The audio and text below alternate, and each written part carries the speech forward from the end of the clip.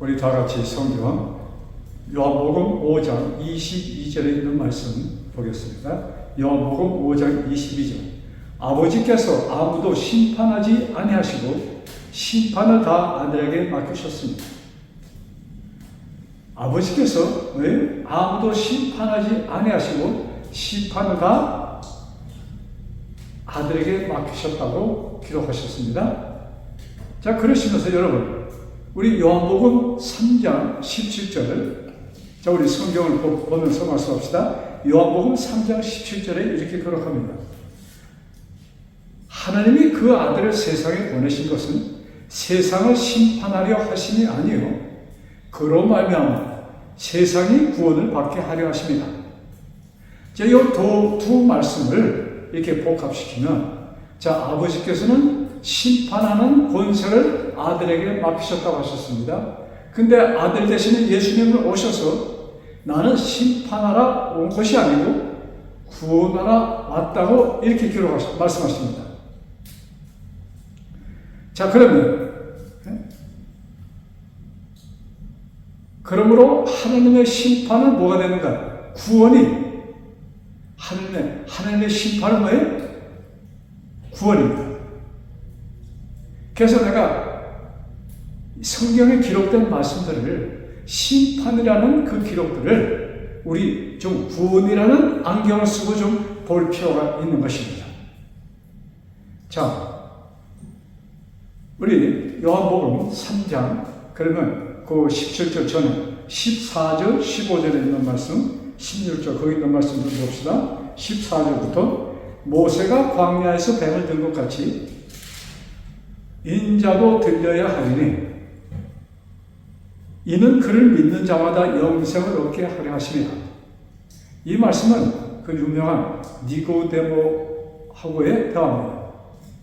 니고데모가 예수님께 찾아왔을 때 예수님께서는 구원에 대한 그 길을 니고데모에게 보여주십니다. 왜? 니고데모는 아주 진실한 바리새인으로 그의 구원론은 완전히 모세의 계명, 그 율법을 지키는 것에 있다는 그런 것이 완전히 참 그 인식 속에 있었던 니고데모인데, 그러면서도 그는 마음 한쪽으로 뭔가 빈 것을 그런 느낍니다. 그래서 예수님의 말씀을 들었을 때 그는 뭐예요?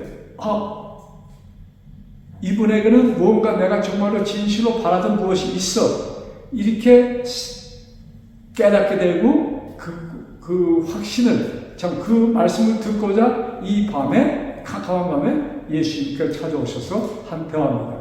그때 예수님께서 그 유명한 말씀, 자, 모세가 광야에서 뱀을 든 것처럼, 그래서 이스라엘 백성이 불평하다가 불뱀에 물려서 다 죽게 되었을 때 백성이 아우성을 칩니다. 그때 하나님께서 모세에게 뭐예요? 구리뱀을 만들어서 장대에 높이 달라. 그리고 이스라엘이 이것을 보는 자마다 죽지 않고 살 것이라는 그런 말씀을 하십니다.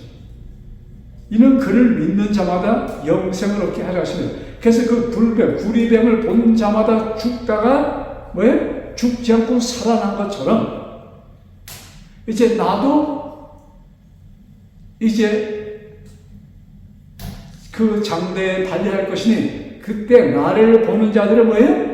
죽지 않고 살 것이다. 이 말씀입니다. 사실 이 말씀을 니고데모는 어렴풋이 깨달았지만 거기에 대한 확실한 깨달음이 없었습니다. 그 후로 3년이라는 세월 후에 예수님께서 십자가에서 돌아가시는 그 모습을 목격한 니고데모가 그때 가서야 이 말씀을 깨닫게 됩니다.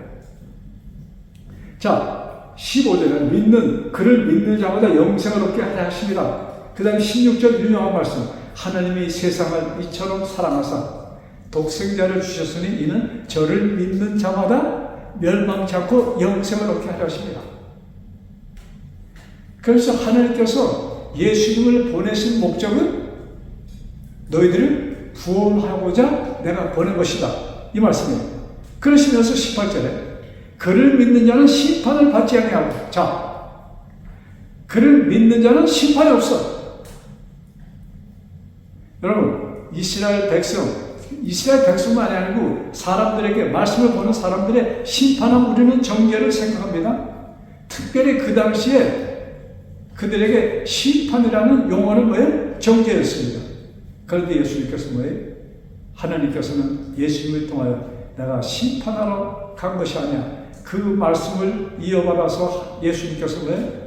나는 심판하러 오지 않고 구원을 주러 왔어. 자, 심판의 권리를 갖고 이 세상에 오신 예수님께서 야, 나는 너희를 심판하지 않을 것이야. 나는 심판하러 온 것이 아니고 구원하러 온 것이야.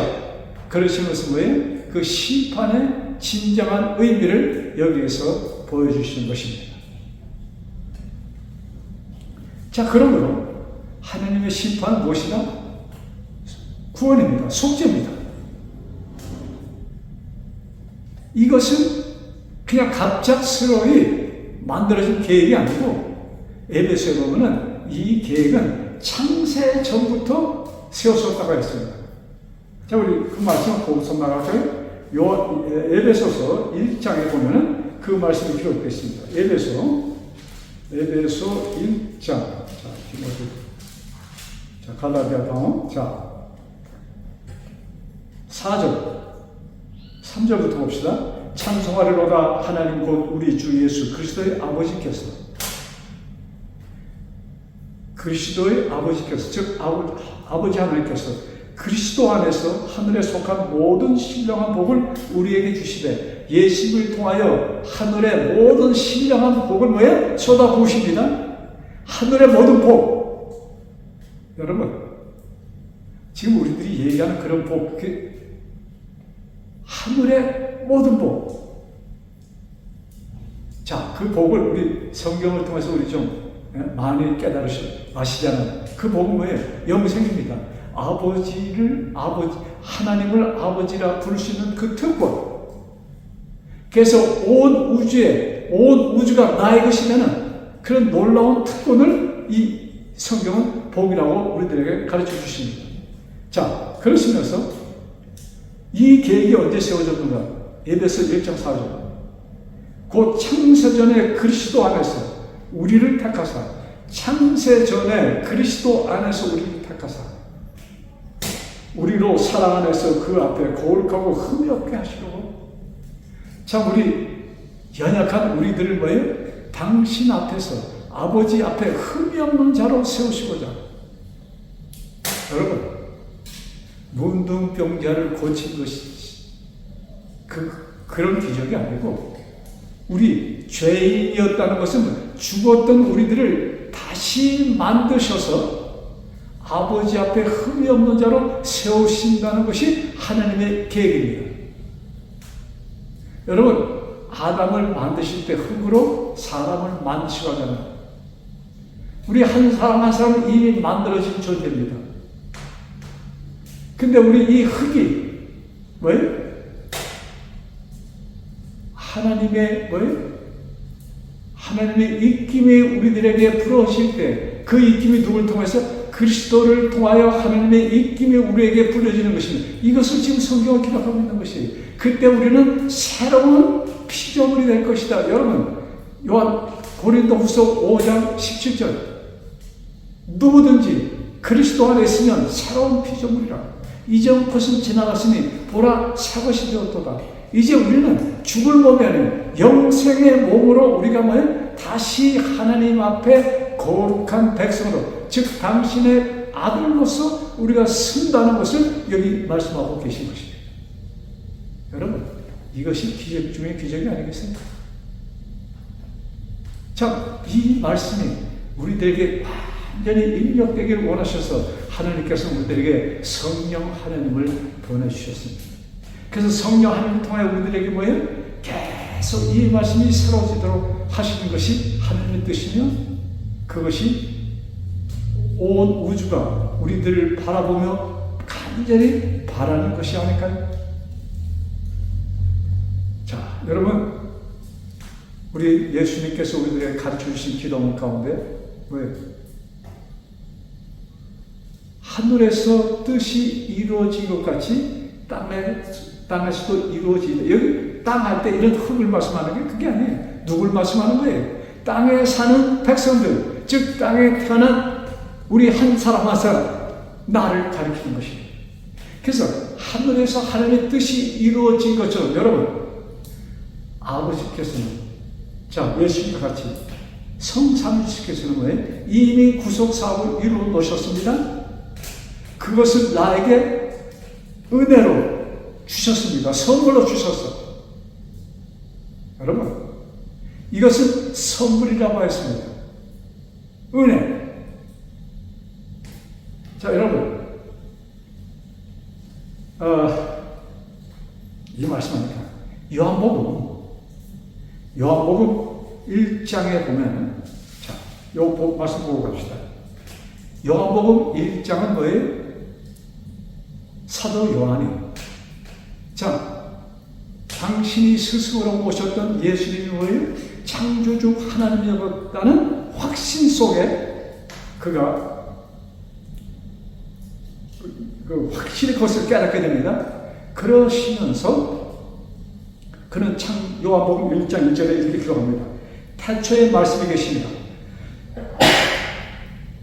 이 말씀이 하나님과 함께 계셨고 이 말씀은 곧 하나님이시라. 태초에 이 땅에 계셨던 그 말씀 하나님이 누구예요? 예수님이었어요. 그를 통해서 이 땅이 만들어졌고 그가 뭐예요? 우리를 대신해서 우리 죄 대신 죽으셨다는 것이 성경의 기록입니다. 이것이 우리가 깨달아야 할 진리인 것입니다. 은혜와 진리. 자, 여러분. 아까 우리 그 다음에 여기 사도 요한은 이렇게 말씀합니다. 17절. 율법은 모세로 말미암아 주어진 것이거든요. 그 당시 유대인들의 개념 속에 있었던 그 율법을 지켜야 율법을 지키는 자들이 하나님의 백성이며 이들이 아버지의 나라에 들어간다는 이런 개념을 완전히 깨시면서 율법은 모세가 기록한 것이야. 내 그들은 비록 하나님을 통해서 모세에게 주어지고 기록했는데 이제 사도 요한은 이것을 뭐예요? 율법은 모세로 말미암아 주어진 것이거든. 여러분 이 말씀이 기록될 때 이 뜻을 우리가 읽는다. 왜 사도 요한은 율법을 이렇게 칭하셨을까? 이렇게 말씀하실까? 그 다음에 나오는 말씀이 중요해요. 은혜와 진리는 예수 그리스도로 말미암은 것이다. 은혜와 진리는 뭐예요? 예수 그리스도를 통하여 주어진 것이다. 여러분 다른 말로 율법은 우리를 정죄합니다. 그리고 로마서에는 율법은 우리는 지킬 수가 없는 것을 하나님은 아십니다. 그래서 율법을 지키지 못하기 때문에 뭐예요? 우리 대신 그 모든 율법의 여부를 이루실 수 있는 예수 그리스도를 이 땅에 보내셔서 우리 대신 뭐예요? 죽으시는 것입니다. 즉 인간이 율법을 어겨서 법을 어겨서 죽잖아요. 죄의 값은 사망이니까. 범죄했으니까 율법 어겨 죽어. 근데 그 자리에 죽는 것은 누가 죽는 거예요? 예수 그리스도가 죽으신. 자, 여러분 우리 좀 전에 요한계시록 고린도후서 말씀했죠. 자, 고린도후서 봐요. 고린도후서 5장 17절에 아까 본 말씀 누구든지 그리스도 안에서는 새로운 피조물이라. 모든 것이 하나님께로 났음에 그가 그리스도로 말미암아 우리를 자기와 화목하게 하시고 우리를 자기와 뭐에 화목하게 하시고 우리에게 화목하게 하는 직분을 우리에게 화목할 수 있는 직분을 주셨다. 그런 직업, 직분. 근데 그것이 어떻게 이루어졌나? 19절. 굉장합니다. 곧 하나님께서 그리스도 안에 계시사 세상을 자기와 화목하게 하시며 그리스도를 통해서 모든 죄가 도말되었으므로 이제는 하나님이 우리와 같이 화목할 수 있는 길이 만들어진 것입니다. 화목하게 하시면 그들의 죄를 그들에게 돌리지 아니하시는데 여러분 우리들은 죄인입니다. 태어나서부터 죽은 자들이에요. 근데 이제는 그 사망에서 우리 어떻게 했어요? 생명으로 옮기셨어. 요한복음 5장 24절에 사망에서 생명으로 옮겼느니라. 이 말씀을 지금 사도 요한이 또한 다른 방법으로 쓰는 것입니다. 그 죄를 그들에게 돌리지 아니하시고, 즉 죄 사망을 그들에게 도두지 아니하시고, 이 말씀이에요. 화목해가는 말씀을 우리에게 어떠세요? 부탁하셨습니다. 하나님과 화목할 수 있는 길이 이제는 완전히 열렸다는 것을 말씀하는 것입니다.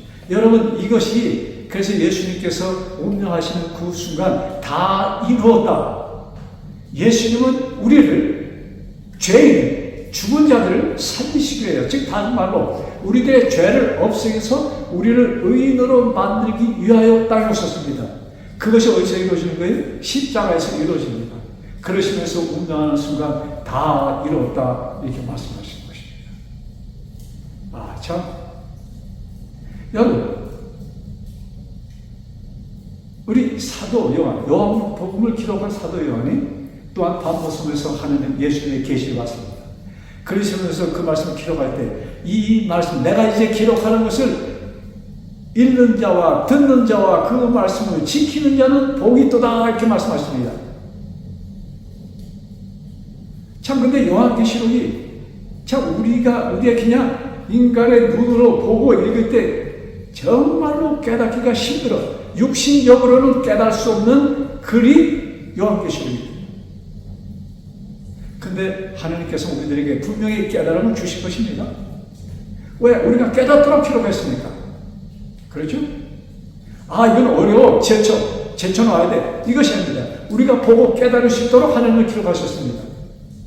기록하도록 명하셨습니다. 그래서 읽는 자와 듣는 자. 자, 거기서 우리 많이 보는 말씀. 이제 요한복음 1장에는 뭐예요? 태초에 그 말씀하시고 이제 인간들을 구속하기 위해 오신 예수 그리스도를 선명하면서 여러분 그 유명한 말씀 있잖아요. 요한복음 1장 29절에 보라 세상 죄를 지고 가는 하나님의 어린 양. 세상 죄, 세상에 있는 모든 죄를 지고 가시는 예수 그리스도. 자, 여러분, 예수님께서 죄를 도말하셨다는 표현을 여기서부터 합니다. 다 이루셨다는 말씀에도 그 말씀입니다. 죄는 다 없어진 것입니다. 그런데 우리는 이 말씀들을 황성에서 그냥 그대로 받아들이지 못해. 아, 나를 보니까 나는 계속 왜? 흠이 많아. 여러분, 사도 요한이 로마서를 기록하면서 로마서 7장에 5월 24절 25절 나는 공고한 자로다. 누가 이 사망에서 건져주랴. 이렇게 참 탄식을 합니다. 그러나 그는 곧 성령 하나님을 통하여 한 말씀을 깨닫습니다. 그러나 그리스도 안에 있으면 정죄함은 받을 자가 없다. 이 말씀을 지금 사도 요한은 우리들에게 강조하는 것입니다. 예수 그리스도를 통하여 모든 죄가 도말되었기 때문에 우리는 그 죄 때문에 다시는 죽을 이유가 없다. 이 말씀을 여기 반복하시는 것입니다. 자, 그러면서 요한계시록 14장 거기 6절 7절 14 요한계시록 여러분 6절 또 보니 다른 천사가 공중에 날아가는데 땅에 거하는 자들 곧 모든 민족과 종족과 방언과 백성에게 전한 영원한 복음을 가졌다. 이 영원한 복음, 영원한 이 복음이 뭐예요? 예수 그리스도가 하나님의 아들 예수, 창조하신 예수님이 인간으로 오셔서 뭐예요? 너희들의 모든 죄가 도말되었노라. 이 말씀이 선포되는 것입니다. 이 말씀은 뭐예요? 여러분, 모든 민족, 종족, 방언, 백성 하면 누구들입니까? 이 땅에 호흡하는 모든 한 사람도 빠지지 않고 모든 자들을 가르치기 위해 쓰신 모든 민족과 종족과 방언과 백성에게 전한 영원한 복음. 이 영원한 복음은 뭐예요?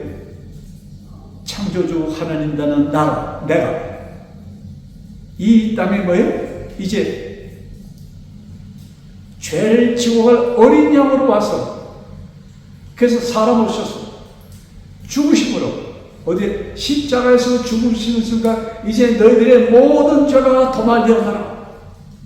이제 아버지 앞에 나가는 보호자의 길이 완전히 열렸다는 것을 선포하십니다. 그리고 예수님이 하나님의 보호자의 우편에 앉으시면서 뭐예요? 우리들로 하여금 우리를 초청하시면서 너도 여기 앉아라 이렇게 말씀하십니다. 그래서 하나님께 보실 땐 우리는 이미 성소에 앉아 있다고 이렇게 표현을 하십니다. 여러분, 말씀을 좀 더 보면서 얘기합시다. 여기 이 말씀 아까 우리 고린도후서에 있는 말씀 다시 한번 조금 보면서 계속합시다. 고린도후서 아까 5장 17절 19절 봤잖아요.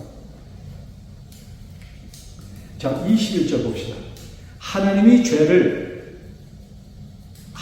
죄를 알지도 못하신 이를 우리에게 대신하여 죄로 삼으신 것은 예수님을 죄로 삼으셨다. 나의 죄가 이제 예수님한테 완전히 옮겨졌다는 것을 뜻하는 것이 아닐까요?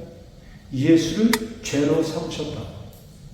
세상 죄를 지워가는 하나님의 어른이냐? 그 죄는 누구의 죄예요? 나의 죄입니다. 그 안에서 하나님의 의가 되게 하셔. 예수님이 나의 죄를 짊어지고 가셨어. 도말하셨어. 그러시고 뭐예요? 하나님께서는 그 예수님을 뭐예요? 부활시키십니다. 완전한 의로 부활하십니다. 예수님의 부활과 동시에 우리가 부활하는 것입니다. 그래서 예수님을 따르는 자는 예수님과 같이 죽고 예수님과 같이 부활하고 예수님과 같이 승천하여 아버지 보호자 앞에 서게 되는 것입니다. 이것이 영원한 복음이에요. 자, 이게 21절. 하나님이 죄를 알지도 못하시는 우리를 대신하여 죄로 삼으신 것은 우리로 하여금 그 안에서 하나님의 의가 되게 하십니다. 그래서 예수님께서 마지막에 다 이뤘다는 것은 뭐예요? 너희들이 이제는 죄인이 아니고 완전한 의인으로 섰다는 것을 말씀합니다. 여러분, 그래서 예수님께서는 우리 사람들의 인식 속에는 율법을 어기는 것이 죄라는 인식 속에 꽉 차 있잖아요. 그래서 떠나시기 전에 제자들 붙들어 앉아놓으시고 떠나는 이제 몇 시간이면 잡히십니다. 바로 전에 하신 말씀 요한복음 16장 9절에 죄는 너희들이 알고 있는 법을 어기는 것이 죄가 아니야. 그것은 다 없어졌어. 이제 앞으로 죄는 나를 믿지 않는 것이 죄야. 여러분, 이 말씀 깊이 명상하시기 바랍니다. 우리들의 인간들이 이제 구원을 받지 못하는 사람들은 뭐예요? 나를 대신하여 죽으신 의 되시는 예수님을 받아들이지 않는 사람, 계속 내 의로 하나님께 나아가기를 원하는 자들은 불행하고도 이 죄에 빠지는 것입니다. 정말로 죄는 나를 믿지 않는 것이야. 뭘 믿지 않는 거예요? 내 사람들 다 예수 믿습니다. 우리의 죄를 도말하셨습니다. 그런데 이제 내가 의인이 예수님 앞에 이제 의로운 자가 되었으니 이제 의로운 자로서 살아야 됩니다. 그래서 하나님의 계명을 지켜야 됩니다. 여러분, 여기에 하나님의 계명, 사람들이 모세의 계명과 하나님의 계명을 완전히 혼돈하고 있어요. 하나님의 계명은 뭐예요? 영원하신 당신의 뜻. 뭐예요? 너희를 대신해서 내가 내 아들을 보낼 것이고 그는 뭐예요? 너희 대신을 죽을 것이고 그러므로 우리를 정죄하는 율법은 뭐예요? 도말 소멸될 것이다. 여러분, 율법이 완전히 이루어지는 것입니다. 율법의 요구가 어땠어요? 십자가에서 예수님이 돌아가신 것, 나의 죄가 같이 죽었기 때문에 나의 의가 형성되는 그 순간, 여러분, 율법의 요구가 이루어지는 것이에요. 그래서 여러분, 아까 우리 고린도후서에 율법은 왜 누구를 통해서? 율법은 모세를 통해 요한복음 1장 기록된 말씀입니다. 자, 요한복음 1장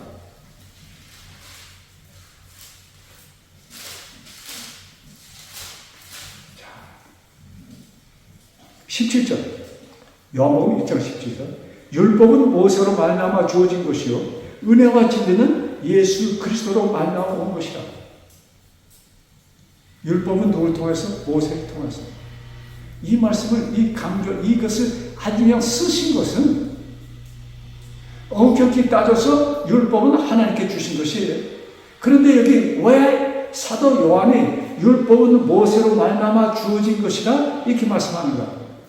이제 율법의 요구, 정죄는 이젠 더 이상 정죄가 없다는 것을 강조하기 위하여, 그러면서 우리들은 무엇을 곧 하나님의 은혜로 진리 되시는 예수 그리스도를 통하여 우리에게 구원이 이루어진다는 것을 여기에 아주 그냥 확실하게 뚜렷하게 우리에게 말씀하시기 위하여 이 말씀을 기록하는 것입니다.